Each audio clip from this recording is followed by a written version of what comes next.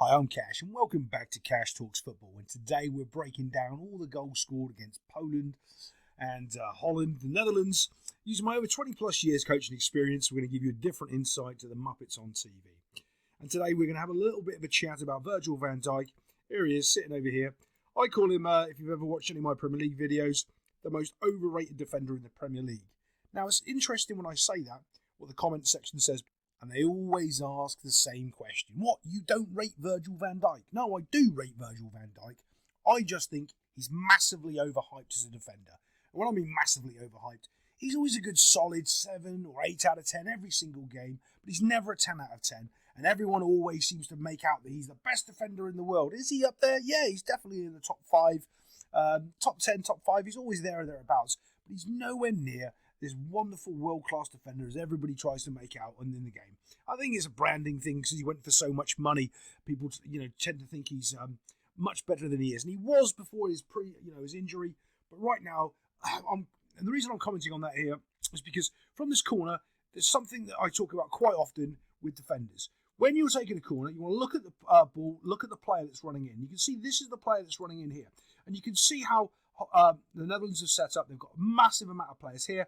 There's a massive amount of players free here. So they're clearly running some sort of zone, but here, this is the problem. When you're at this level and someone's got to run at you, so you can see here's Van Dijk, you can see his little armband there, and this player is running in front of him, across him. It means he can get his leap and his jump can beat the defender much, much easier than if he's trying to do a standing jump against Virgil. Because if he's doing a standing jump, my money's on Van Dijk all day long. I'm betting me mortgage on it, he's going to win that header. However, when the striker in this time, he can get the run on and he can get the run in front of him, that's when he's not looking and he's not seeing the danger coming. And this is where I think he lets down. This is where that top defender in the world won't make this mistake, because he would have spotted this run in and he would have been quicker to challenge for it. So as we play this forward, watch this ball come whipping in. Here we go. Bosh, in it comes. And look, now Van Dijk hasn't spotted the run, and he's trying to make the challenge. He's too far away. Somebody else is here as well trying to make a challenge. And by the way, I'm not really interested in the other person because I'm immediately going to my best defender. If my best defender is in touching distance, which he is, of that striker, and he hasn't made a challenge, proper challenge for the ball, to me, that means he's not aware of the danger, and he wasn't really aware of the run. And it wasn't that deep. It was only about here where the guy started his run, and he should have been more aware, and he wasn't. So how I'd really want his body shape, you can see his number on his back here. I wouldn't want to see that. I'd want the goalkeeper to see the number on his back, so he's facing this way, so he can read the danger. Maybe he has to take another little step further back, but that way he can run this way and react and defend it instead of having a standing jump and let the guy just knock it into the net box, which he does. 1-0 to the Poland. I'm just going to show you a little bit of this as well, because there's obviously 2 defenders in between the one guy, and you have to applaud the delivery. It is a quality ball into the box, but it's also so close to the near post, and you have a lot of bodies there. It should be better at this level, and it just wasn't. So here we are. We're going on to the first goal here from the Netherlands. There's a bit of a sort of pressure on the ball here. The left back gets it, and he just smacks it down the field into this empty space. Now, in modern football, you just can't get away with stuff like this because someone on the other team is fast and pacey, got a good first touch, and can punish you. This is a problem when you just hump balls forward at this level. And that's what he's done. He's just smashed it forward. And now you've got a striker. I'm not sure who this the Poland guy is coming back. You've got Nathan Ake running onto the ball. So as this is dropping, all he's got to do is have a good first touch. Now, also, when you've got this many players on this side and you're trying to play the ball out, you can see the gap that Poland have left in their midfield here. And all of a sudden, if he has a good first touch, he can exploit this gap here. And that's what happens. It's that simple. When I keep telling you, if you just hold your shape and pass the ball properly, you'll be okay. They didn't really hold their shape properly, didn't really cover, and now they're just going to get punished for it. So I'm going to play this because Ake's little touch here, look, interception, Dush, it's just a knock forward.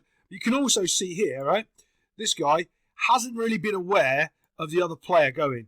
And this is a time where he didn't really go towards the ball. He started sort of heading down this way, and he had to really come inside and cover this guy here, or even sort of read the space danger here, which he couldn't. That's a new little phrase I'm making up. Space danger. That's what we call it, space danger, right? So now it's just a case of what can this guy do? Can he create something out of nothing and run forward? Because this is really a nothing. They still have time to get back and recover because you can see they've still got a line there, which is pretty solid. And if he turns, he's still got defenders to beat. There's still a lot of work to do. So when he does receive the ball, when he does make a little quick turn, Bosch, he's got a lot of work to do.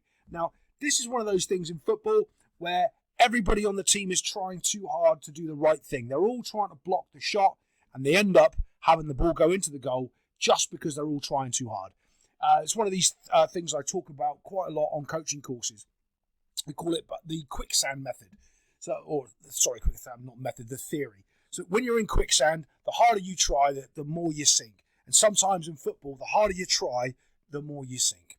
And that means like when you're in bad form or something's going wrong in the game and you try a little bit extra hard, bad things happen sometimes. Not all the time. Sometimes you get a bit of luck. But sometimes when 3 players converge on this shot, which is about to happen here as we move this forward, you can see 1, 2, 3 all going to block the shot. Bad things happen. They're all trying a little bit too hard. And then it just hits the ball, bit of power, bump, deflection, and in it goes. And this is what I want to show you. Look, I can't say there's enough effort here. Look, 2 defenders stretching out, 1 defender putting his body on the line, but the little bounce beats the goalkeeper. They've all tried just a little too hard. Sounds silly, but it happens quite a lot in football. A couple of good things to talk about in this build-up play here. But again, can you see that massive separation here? Scotland had a similar problem where they were just the disconnect here between the midfield and the space allowed. Remember, this is international football. You just can't give that much space to these quality players. So obviously receiving it wide, they're trying to squeeze it in the middle. But if they're doing that, this back four needs to be way up higher so they don't. At least they can make a challenge when this ball gets passed in here. And to be fair, Poland were doing it quite well. I couldn't find any of the clips of it because I would watch a bit of the game. When they were in their sort of little back 5 formation, at any time one of those midfielders received the ball, that defender was out on their heels, pushing them back as fast as possible. But now they can't do that. Now they're all set because they're too far away from the midfield and they've got to drop off and hope that someone can come back and recover for them. But what I want you to watch is this run. Okay, this is the run that helps make the goal. And you go, oh yeah, but no, it is. Watch what ends up happening. The defenders go with this and that extra space that is here where he might have been able to intercept the pass. And it's funny, this pass as well from, I think it's Nathan Ake again, puts this pass in and it is a nothing pass. But it's so bad it's good. It's just a little sort of dinky pass through. So look, all of a sudden, a couple of frames on and you can see the midfielders getting back. That space is getting closed. And now they've got their one player stepping forward to try to deal with the danger that's in the guy. Basically, he's in no man's land. That's what you'd call it. He's free. He's in between the lines, and this guy here is coming up to deal with it, right? And if he doesn't deal with him, at least he's going to be intercepted in the pass because that's the most likely player for it to go to. Because this guy's running away from the ball, you're not so worried. But keep watching this run. Keep watching what happens as he makes this run forward. Look, do you see him? He's going. Nathan Ake is under some pressure here, but he's still got to pass the ball through 1, 2 players here. The challenge, he's not on the right side. He's not goal side. He can't put a foot in. Really can't do much. But look at that striker there who was running away from the ball. All he's done is done a little button hook, run out, to run back in, and the space where this player could have intercepted the pass gets pulled away by this runner here. He just pulls him all the way back here, well, probably about there, and then it's just a quality finish. Let's just watch that as it goes forward. Bosch, and there's the quality finish straight into the net box. Overall, a little well-crafted goal there. Poland could have done a little bit better, but this is a back-and-forth game, and I think Netherlands is going to go a little bit further than the, I don't know, obviously they're going to get out of their group. Maybe they'll get to the quarters, and we'll see who they get to play there. Other than that, I'll see you next time on Cash Talks Football.